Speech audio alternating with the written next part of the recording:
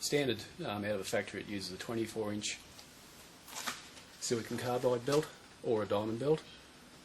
I just want to walk you through just a few adjustments and a few changes that you can make if you've got an older machine. Now, for some time we've been sending them out of the shop altered to suit the 8-inch expanding drum silicon belts, which are just about an inch longer than the standard 24-inch belts that are on these. The advantage of that is that you can get a wider range of belts from lots of suppliers in Australia and not have to get belts imported in from the USA on demand. So by changing over to a 25-inch 8-inch expanding drum belt, you've got a lot more options in both silicon and diamond. So if you've got an older machine that hasn't been changed over, you simply just unscrew the belt guard. There's just 2 screws down into the base. You'll need to loosen the motor off. This one is already loosened off. So just loosen the motor off and just remove the belt.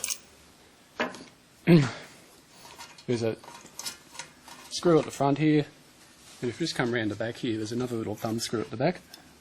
So just remove those. It's easy just to pull the cover off. You probably find it's easy to pull this cover off also when you're just changing the belt. Only takes a second. It just gives you ready access. Now with the belt sander, this adjusts the angle of your pulleys. So this is what you use to make the belt run true. So just loosen that off. Don't take it right off. That'll loosen your belt enough to just be able to slip it off. So that's the standard 24-inch belt it comes with, and you'll see this belt is just a little bit longer, but not a lot of difference. Now to change the system over, it's quite simple. Just take the back guide off, remove the back guide completely, just loosen that top bolt and remove the bottom bolt completely. You don't need to take the top one right off.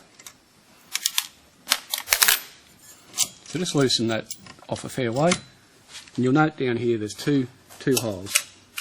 So all we're doing is just slipping that out and slipping it back in there, and just reverse the process, just tighten back up again. So very simple, but it does let you utilise a bigger range of belts that you can easily get from most lapidary suppliers in Australia. So we'll just tighten that back up again. So there's no adjustments or anything here, it's just nip them up firm.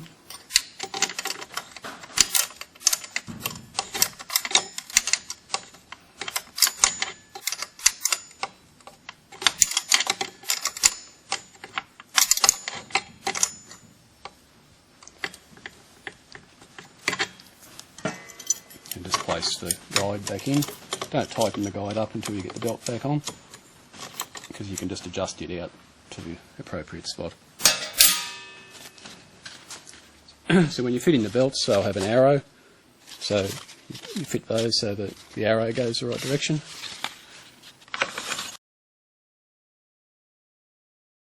Okay, so we've retensioned the belt, we've tightened down the motor, put the belt cover back on. I'll strip the belt back on. I'll just loosen the belt back off again the way you would when you're changing belts. So just loosen that off, don't take the nut right off. You see how that just slips on and off? So just centre it back on there.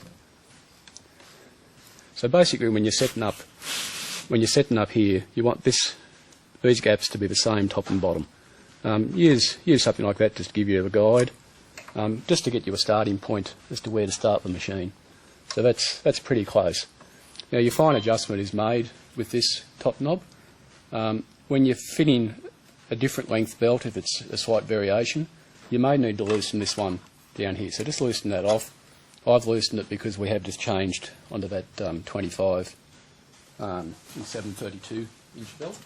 So I'll just start the machine up and we'll just so you can see it's running over that way. So what I do is tighten it to bring the pulley back that way. So just adjust that top knob until you get the belt running truly centre. Now if it's too far out, you may have to just tighten or loosen the overall belt. So that will do a little bit the same as what that does. If the belt is too tight,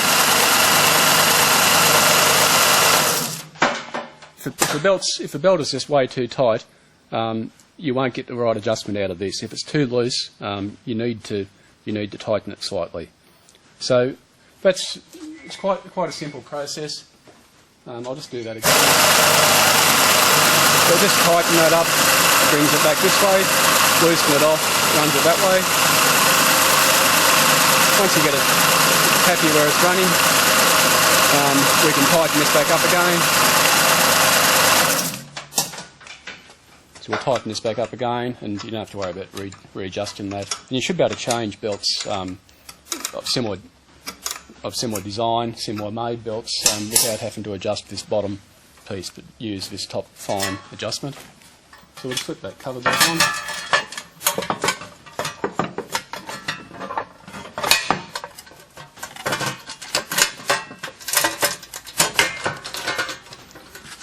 And cover back in. And we're right to go. Now this guide here, I didn't show you when we adjusted that. Just the basics there. I just make sure that it's not facing like that, that it is facing nice and straight with the back of the belt, and just tighten it up there. This guide can be adjusted for doing bevels, so forth, but run that fairly close. Just now that we've changed over to those expanding drum belts, so just run you through a few of the different belt options. You've got a soft diamond belt, so if you're doing a lot of grinding with the same type of material, you'll find the diamond belt will outlast these by many, many times. They're obviously more expensive. We've got a silicon belt we just fitted. We've got a cerium impregnated belt made by Eastwind that has actually got the cerium impregnated into it, so it's on the same type of heavy backing. We've got a crystal belt which you can actually charge with your oxides. You can use your cerium oxides or your tins or even diamond in that, so that's a fairly cheap belt that you can charge yourself. You've got your cork belt you can use, and you've actually got a felt. That's just a pure felt belt that you can fit on that machine. So it makes the machine a very versatile unit. All you need is a water supply. This one's just fitted so you can hook it into a tap, or an overhead tank of some sort, and you're up and running. Okay, thank you very much.